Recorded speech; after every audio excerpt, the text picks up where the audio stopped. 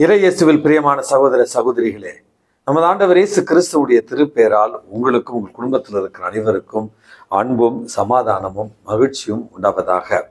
அன்புமிக்கவர்களே, ஜூலை மாதம் 20ஆம் தேதி தாயாம் திரு அவை பொது காலத்தினுடைய 16வது ஞாயிற்றுக்கிழமையை தான் கொண்டாடுகிறது.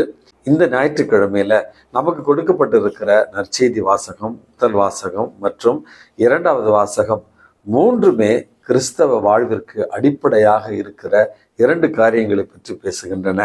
முதலாவது, நம்முடைய வாழ்க்கையில இறைவனுக்கும் இறை வார்த்தைக்கும் முக்கியத்துவம் கொடுக்க வேண்டும். அதே நேரத்துல இந்த மண்ணுலக வாழ்வில் இறைவன் நம்மை மனிதர்களாக படைத்திருப்பதற்கான காரணம் இறைவனை அன்பு செய்து வாழவும், அதே நேரத்துல இந்த மண்ணுலகில் நாம் அன்பு செய்வது போல நம்மை அடுத்திருப்பவர்களை விருந்தோம்பல் மூலமாக அன்பு செய்யவும் தான் அழைப்பு விடுக்கின்றன. அன்புமிக்கவர்களே, 2-3 நாட்களுக்கு முன்பாக ஒரு செய்தியை பகிர்ந்திருந்தேன். நாம் வாழ்ந்து கொண்டிருக்கிற இந்த ஒரு காலம் எப்படி ஒரு கொடூரமான ஒரு காலமாக இருக்கிறது என்பதற்கு ஒரு உதாரணத்தை சொல்லியிருந்தேன். அதாவது, இஸ்ரேல் பாலஸ்தீன போர் 2 ஆண்டுகளாக நடந்து கொண்டிருக்கிறது. ஆயிரக்கணக்கான ஏன் லட்சக்கணக்கான மக்கள் 2 பகுதியிலும் கொலை செய்யப்பட்டிருக்கிறார்கள். அதிலும் குறிப்பாக பாலஸ்தீன பகுதியில், காசா பகுதியில் இருக்கிற மக்களுடைய உயிரிழப்பின் எண்ணிக்கை தான் அதிகமாக இருக்கிறது என்பதை உலகத்தில் உள்ள மனிதநேய கொண்ட அனைவருமே உணர்வார்கள். இப்படிப்பட்ட சூழல்ல உலக நாடுகளிலிருந்து கொடுக்கப்பட்ட நிவாரண பொருட்களை காசா பகுதியில் இருக்கிற மக்கள் வாங்க சென்ற பொழுது, அந்த உதவிகளை பெற வந்த நேரத்துல அமெரிக்க இராணுவம் மற்றும் இஸ்ரேல் இராணுவம் அந்த மக்கள் மீது கொத்துக்குண்டுகளை வீசி கொலை செய்திருக்கிறது என்கிற ஒரு செய்தியை வாசிக்கிற பொழுது உண்மையாகவே மனதிற்கு வேதனையாக இருக்கிறது. கடவுள் வாழுகிற இந்த உலகத்துல மனிதர்கள் எப்படி மிருகங்களாக கொஞ்சம் கொஞ்சமாக மாறிப்போய் கொண்டிருக்கிறார்கள் என்பதைத்தான் இந்த நிகழ்வு நமக்கு காண்பிக்கிறது. இப்படிப்பட்ட ஒரு கால சூழல்ல தான் இன்றைக்கு நமக்கு கொடுக்கப்பட்டிருக்கிற நற்செய்தி வாசகம் தொடக்க நூலிலிருந்து கொடுக்கப்பட்டிருக்கிறது. இந்த நற்செய்தி வாசகத்துல ஆண்டவர் ஆபிரகாமுக்கு தோன்றினார் அப்படிங்கிற ஒரு வசனத்தோடு தான் இந்த முதல் வாசகம் தொடங்குகிறது. பிறகு 3 மனிதர்கள் ஆபிரகாம் இருக்கிற கூடாரத்தை நோக்கி வந்தார்கள் என்கிற செய்தி கொடுக்கப்பட்டிருக்கிறது. ஆண்டவர் ஆபிரகாமுக்கு தோன்றினார், ஆனால் அவர் 3 மனிதர்கள் வாயிலாக தோன்றினார் என்கிற இந்த செய்தி என்பது கடவுள் ஒவ்வொரு முறையும் மனிதர்களுக்கு உதவி செய்யும் பொருட்டாக நமக்கு அவர் தோன்றுகிறார், வாக்கு மனு உருவானார், நம்மிடையே குடிகொண்டார் என்கிற இந்த புதிய ஏற்பாட்டினுடைய வார்த்தைகளை முன் அறிவிக்கும் வண்ணமாகத்தான் தொடக்க நூலிலேயே இறைவன் ஆபிரகாமுக்கு தோன்றினார், அதுவும் 3 மனிதர்கள் சாயலில் அவர்களுக்கு தோன்றினார் என்கிற வாசகம் நமக்கு உண்மையாகவே நமது ஆண்டவர் இயேசு கிறிஸ்து இம்மானுவேலாக நம்மிடம் வந்ததை இன்றைக்கு உறுதி செய்கின்றன. அன்புமிக்கவர்களே, இவர்கள் யார் என்று ஆபிரகாமுக்கு தெரியாது. அந்த 3வரும் களைத்து இருக்கிறார்கள் என்று உணர்ந்து அவர்களிடத்துல சென்று தாழ்ந்து பணிந்து அவர்களை வரவேற்று சிறந்த சுவையான உணவை இன்றைக்கு கொடுத்து அவர்கள் உண்ணும் வரையில அவர்களுக்காக காத்து கொண்டு நிற்கிறார் ஆபிரகாம் என்பதையும் இன்றைய முதல் வாசகத்தில் நம்ம வாசிக்கிறோம். பிரதிபலன் பார்க்காமல் அந்த 3வருக்கு செய்த அந்த உதவி தான் இன்றைக்கு ஆண்டவர் வாயிலாக நாங்கள் இளவேனிற் காலத்தில் திரும்பி வருவோம், திரும்பி வருகிற நேரத்துல உன்னுடைய மனைவி சாரா ஒரு ஆண்மகவை பெற்றிருப்பாள் அப்படிங்கிற ஆசீர்வாதத்தை இன்றைக்கு ஆபிரகாம் பெறுவதைத்தான் முதல் வாசகத்துல நம்ம வாசிக்கிறோம்.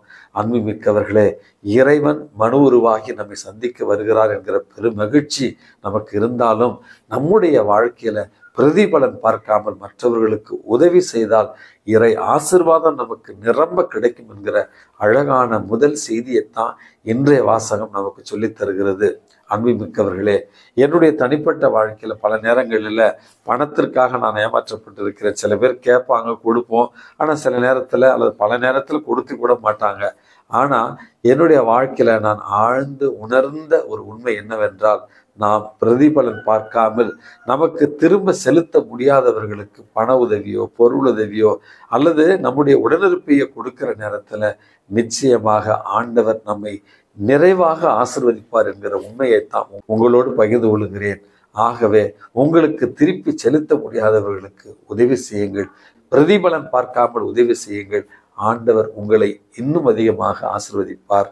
2வது ஒரு செய்தியாக அன்புமிக்கவர்களே, திருத்துதர் பவுல் கொலைசேருக்கு எழுதிய திருமுகத்திலிருந்து தான் இன்றைக்கு 2வது வாசகத்தை நம்ம வாசிக்கிறோம். அதுல மனித துன்பங்களுக்கு சில நேரங்களில் எனக்கு விடை கொடுக்க முடியாது. ஏன் ஃபாதர் எங்க குடும்பத்துக்கு இவ்வளவு கஷ்டம், ஏன் எங்க குடும்பத்துல கடவுள் இப்படி ஒரு சோதனையை கொடுக்கிறார், ஏன் எனக்கு உடல் ரீதியா இப்படி ஒரு வேதனை இறைவன் தந்திருக்கிறார் என்கிற கேள்விக்கு இன்றைக்குத்தான் எனக்கு அழகான ஒரு பதில் கிடைத்திருக்கிறது. தன்னுடைய துன்பங்களை பொருட்டு அவர் பெருமகிழ்ச்சி அடைவதாகவும் அந்த துன்பங்கள் எப்படி அவர் ஏற்றுக்கொள்கிறார் என்பதையும் நமக்கு தெளிவுபடுத்துகிறார். திருச்சபைக்காக நமது ஆண்டவர் இயேசு கிறிஸ்து துன்புற்றார். அந்த துன்பத்தை நிறைவு செய்யும் வகையில தான் திருச்சபைக்காக தானும் துன்புறுகிறேன் என்கிற அந்த வாசகங்கள் உண்மையாகவே எனக்கு ஒரு மிகப்பெரிய ஒரு புரிதலை கொடுத்தன. நம்முடைய வாழ்விற்காக, நம்முடைய மீட்பிற்காக, திருச்சபையினுடைய மீட்பிற்காக நமது ஆண்டவர் இயேசு கிறிஸ்து துன்புற்று மரித்து உயிர்த்தெழுந்து நம்ம மீட்டுக்கொண்டார். இன்னும் நமக்காக துன்புறுகிற நமது ஆண்டவர் இயேசு கிறிஸ்துவனுடைய துன்பத்துல நாமும் பங்கெடுத்து அந்த துன்பத்தை நிறைவு செய்வதுதான் நம்முடைய மனித துன்பங்களை ஏற்றுக்கொள்வதற்கான சரியான புரிதல், சரியான பார்வை என்பதை திருத்துதர் பவுல் இன்றைக்கு நமக்கு சொல்லித் தருகிறார். துன்பத்தில் இருப்பவர்களே, வேதனையில் இருப்பவர்களே, நம்முடைய துன்பங்கள் கிறிஸ்துவின் துன்பத்தை நிறைவு செய்கின்றன என்பதை புரிந்து கொண்டு துன்பங்களை ஏற்று கிறிஸ்துவின் துன்பத்தை நிறைவு செய்ய முயற்சி செய்வோம். மூன்றாவது ஒரு செய்தியாக, அன்பு மிக்கவர்களே, இன்றைக்கு லூக்கா நற்செய்தியிலிருந்து நமக்கு வாசகம் கொடுக்கப்பட்டிருக்கிறது. எருசலேமுக்கு அருகில் இருந்த பெத்தனி என்கிற ஒரு கிராமத்திற்கு இயேசு செல்கிறார். அன்பு மிக்கவர்களே, பெத்தனியா அல்லது பெத்தனி என்று லூக்கா நற்செய்தியில அந்த ஊர் பெயர் கொடுக்கப்படவில்லை. காரணம், இந்த ஒரு நகரம் என்பது எருசலேமுக்கு அருகில கலிலேயா பகுதியிலிருந்து எருசலேம் செல்லுகிற வழியில இருந்ததாகவும் அந்த இடத்துல தான் 2 சகோதரிகள் ஒரு சகோதரன் இருந்த அந்த வீட்டுல இயேசு இன்றைக்கு வரவேற்கப்படுகிறார். அதாவது நற்செய்தி வாசகம் இப்படியாக தொடங்குகிறது. இயேசு எருசலேம் அருகில் இருந்த ஒரு ஊருக்கு சென்றார். அங்கே மார்த்தா என்கிற ஒரு பெண் இயேசுவை தன் வீட்டில் வரவேற்றாள். பிறகு அடுத்த வரி நமக்கு கொடுக்கப்பட்டிருக்கிறது. இயேசுவினுடைய பாதத்தில் அமர்ந்து மார்த்தாவுடைய சகோதரியான மரியா இயேசுவினுடைய வார்த்தைகளை கேட்டுக்கொண்டிருந்தார். இதை பார்த்த மார்த்தா இயேசுவிடத்துல ஆண்டவரே, பணிவிடை செய்வதில் என்னை மட்டும் தனியே விட்டுவிட்டாலே என் சகோதரி, உமக்கு இதை பற்றி கவலை இல்லையா? எனக்கு உதவி செய்ய சொல்லும் என்று மிக இயல்பாக பாசத்தோடு இயேசுவிடத்துல இந்த ஒரு குறையை சொல்லுகிறார். அன்புமிக்கவர்களே, இந்த இடத்துல இயேசு ஒரு சிக்கலை எப்படி கையாளுவது என்பதற்கான பாடத்தை நமக்கு சொல்லித் தருகிறார். உடனடியாக மரியாவை பார்த்து, மரியா எழுந்திரு, உடனடியாக உன்னுடைய சகோதரிக்கு உதவி செய், இங்கே அமர்ந்து என் முகத்தை மட்டும் பார்த்து கொண்டிருக்காதே அப்படி என்று இயேசு சொல்லியிருக்கலாம். அல்லது உடனடியாக மார்த்தாவிடத்துல, ஏன் இப்படி டென்ஷன் ஆகுற, உனக்கு என்ன ப்ராப்ளம், அல்லது மார்த்தாவை இயேசு கடிந்து கொண்டிருக்கலாம். அன்புமிக்கவர்களே, இந்த இடத்துல நமது ஆண்டவர் இயேசு கிறிஸ்து மார்த்தாவை பார்த்து, மார்த்தா, நீ பலவற்றை பற்றி கவலை கொண்டிருக்கிறாள், ஆனால் உன்னுடைய சகோதரியான மரியாவோ சரியான பங்கை தேர்ந்து கொண்டால் இது அவளிடமிருந்து எடுத்துக்கொள்ளப்பட மாட்டாது அப்படி என்று இந்த இடத்துல மார்த்தா மரியாவை மறுபடியும் பெண்களுக்கென்றே கொடுக்கப்பட்ட ஒரு பணியை, வீட்டு பணியை, பராமரிக்கிற ஒரு பணியை, சமைக்கின்ற ஒரு பணியை, பெண்கள் இறை வார்த்தையை கேட்க தடை, அல்லது ஒரு ஆணோடு உட்கார்ந்து சரிசமமாக பேசுவதற்கு ஒரு தடை, தொழுகை கூடங்களில் அவர்கள் வருவதற்கான தடை, இவற்றையெல்லாம் புரட்டி போடும் விதமாக புரட்சியாளராகத்தான் நமது ஆண்டவர் இயேசு கிறிஸ்து மரியாளை உயர்த்தி பேசுகிறாள். இறை வார்த்தைக்கு முக்கியம் கொடுத்து இறை வார்த்தையின் தூதுவனாக அவள் மாறுவதற்கு இயேசு இங்கு ஒரு வாய்ப்பை தருகிறார் என்பதைத்தான் முதல் செய்தியாக இன்றைக்கு நம்ம புரிந்து கொள்ள வேண்டும். நம்முடைய குடும்பங்களில் அன்னையர்கள் இருக்கிறார்கள், சகோதர சகோதரிகள் இருக்கிறார்கள்.